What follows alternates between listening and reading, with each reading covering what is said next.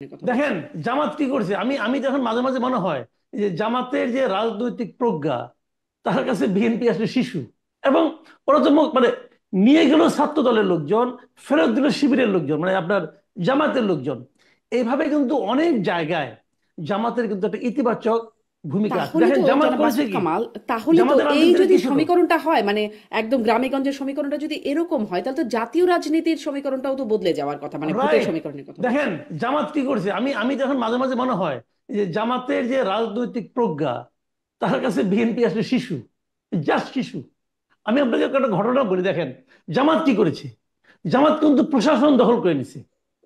অগাস্টের পরের থেকে তারা কোনো ঝামেলায় যায় নাই। প্রশাসনের কি পয়েন্টগুলোতে তাদের লোকজনকে বসাই দিচ্ছে। এখন তারা বিশ্ববিদ্যালয়গুলো দখল করবে এবং খুব সিস্টেমেটিক ওইতে দখল করবে। আপনি দেখবেন, আপনি চোখের সামনে যাবেন, আপনি বিএনপি করবেন, আপনি বিএনপি লিডার, আপনি বলবেন যে এরকম হচ্ছে, তার গা জ্বলবে, ফিরাতে পারবেন না ভাই। তারা সিস্টেমেটিক ওইতে তারা কাজ করছে। তারা একটা ভিশন নিয়ে মাঠে নামছে।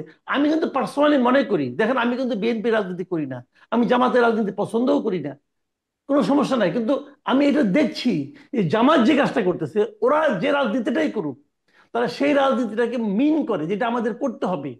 বিএনপি তা করে না। দেখেন আজকে বিএনপির স্থায়ী কমিটির একজন সদস্য মির্জা আব্বাস আজকে একটা কথা বলছেন, আমার কাছে খুব মানে আমি খুব বেশ কৌতুক অনুভব করছি তার কথা থেকে। তিনি বলতেছেন যে জামাত মানে শিবির ছাত্রলীগের ভোট দেয়া এই এখানে তারা জিতে গেছে। এবং তারা বলছে যে প্রতিটা মিটিং এ, যখন আমরা মিটিং এ বসি, মিটিং এ জামাতের পক্ষ থেকে আমাদেরকে বলা হয়, দেখবেন আওয়ামী লীগ যেন ফেরত না আসে, আওয়ামী লীগকে যেন ফেরত না আনা হয় কোনোভাবেই। এভাবে আমরা সবাই মিলে কাজ করি। ওই কি আমাদেরকে এটা বলছে।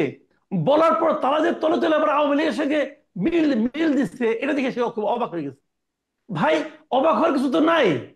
রাজনীতি তো ভাই সিরাতুল মুস্তাকিম না, এটা সহজ সরল পথ না। রাজনীতিতে অনেক কিছুই ঘটবে। এবং ওই জন্যই বললাম যে তাদের যে রাজনৈতিক প্রজ্ঞা এবং রাজনৈতিক যে আপনার মানে কৌশল, তার কাছে বিএনপি আসলে শিশু, আমার যেটা মনে হয়। সরি, বিএনপি আপনি বড় বলছেন বড় আপনি নেতা আছে, বলছেন তারা তো মন রাজনৈতিক খারাপ।